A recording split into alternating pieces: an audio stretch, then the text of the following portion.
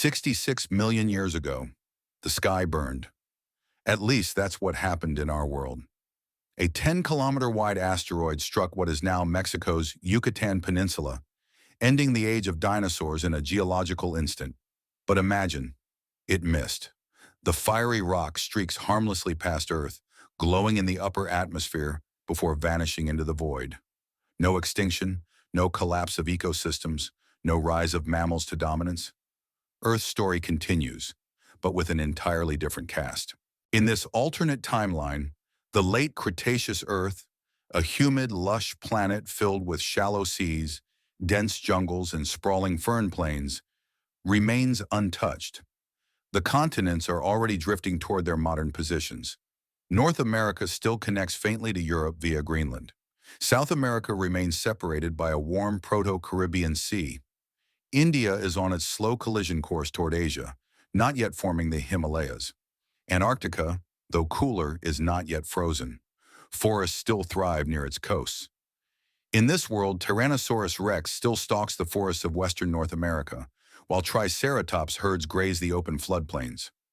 Across what will one day be South America, titanosaurs, massive long-necked herbivores, wander the river valleys of Patagonia. In Asia, nimble velociraptors and oviraptors hunt in packs across arid plains that will become Mongolia. In Africa, armored ankylosaurs defend themselves against the swift carcharodontosaurs, apex predators rivaling T-Rex. And in the oceans, still teeming with marine reptiles, Mosasaurus rules supreme. For millions of years, the ecosystems continue to evolve. Without the asteroid's impact and ensuing nuclear winter-like darkness, photosynthesis thrives. Plants diversify rapidly. Some dinosaurs, like raptors and troodontids, already show signs of advanced intelligence, large brain-to-body ratios, and complex social behavior. Mammals still exist, but they remain small, nocturnal, and cautious. Without the mass extinction to clear ecological space, they never become dominant. Instead, they evolve to survive alongside dinosaurs, specializing in scavenging, burrowing, and night hunting. But evolution always finds a way.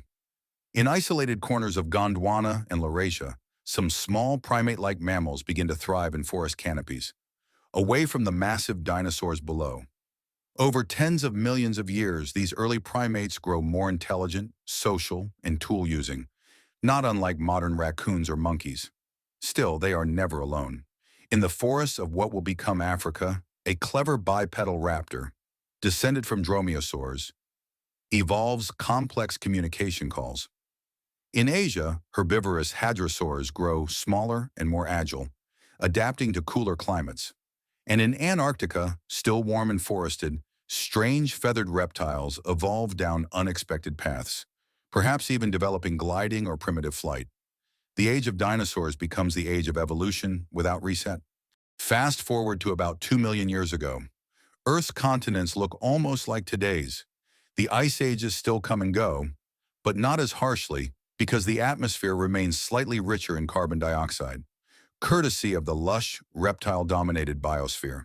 In the tropical zones of Africa, a new kind of mammal begins to appear, one that walks upright, uses stone tools, and travels in cooperative tribes. Homo habilis still emerges, but their evolutionary pressure is far greater. They share their world with raptors, titanosaurs, and massive predators that never went extinct. This forces early humans to evolve faster. Intelligence becomes survival. Human civilization in this world may have begun earlier, because humanity is constantly forced to adapt against overwhelming odds.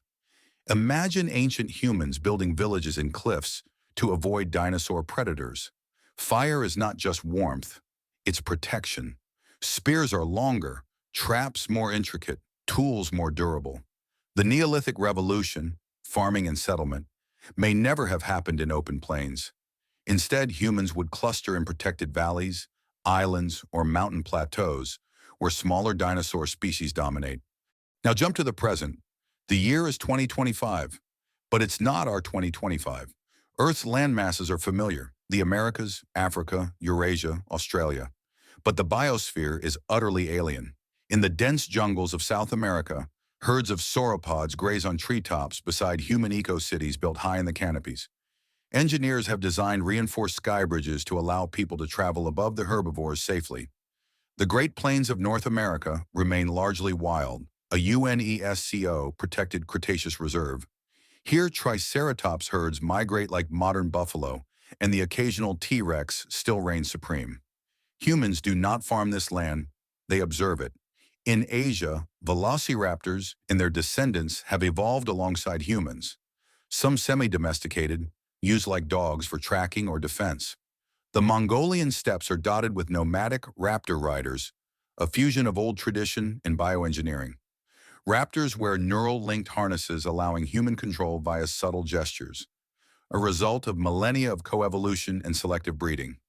In Africa, large carnivorous dinosaurs dominate the savannas, pushing human civilizations toward coastal and highland regions. Cities like New Kilimanjaro are fortified metropolises, built with both architecture and ecosystem in mind. Towering spires where humans live, and vast plains below where dinosaurs roam freely. Tourism thrives. Danger is part of the attraction. In Europe, advanced biotechnology allows peaceful coexistence. Dinosaurs provide biological materials, unique enzymes, and medical breakthroughs. Their DNA helps cure cancers, regenerate organs, and sustain biodiversity. Humanity's scientific renaissance was driven not by computers, but by biological understanding. Life with dinosaurs is not just survival, it's symbiosis. Agriculture uses dinosaur labor, massive herbivores clear land naturally, while smaller omnivores eat pests. Transportation in remote regions relies on hybrid, bioengineered dinosaurs bred for endurance and strength. Energy solutions evolve differently. Less fossil fuel, more biome engineering using reptilian metabolisms and symbiotic plant systems. However, humanity's greatest challenge remains balance. Deforestation or ecological imbalance could trigger chain reactions, not with insects or birds, but with creatures that weigh 50 tons. The planet remains both dangerous and alive, a living reminder that Earth belongs to no single species. In this alternate timeline, humanity learned humility early. We never conquered the Earth. We coexisted with its giants. Our myths and religions might speak not of dragons, but of neighbors. Children would grow up seeing real dinosaurs grazing outside city walls. Museums would not house fossils, but living sanctuaries. Paleontology would be zoology. And in space, as humans gaze back at the blue-green Earth from orbit, they'd see a planet where ancient life never faded, where history and evolution walk side by side. In our world, the dinosaurs perished and mammals inherited the Earth. But in another timeline, the asteroid missed, and the age of dinosaurs never truly ended.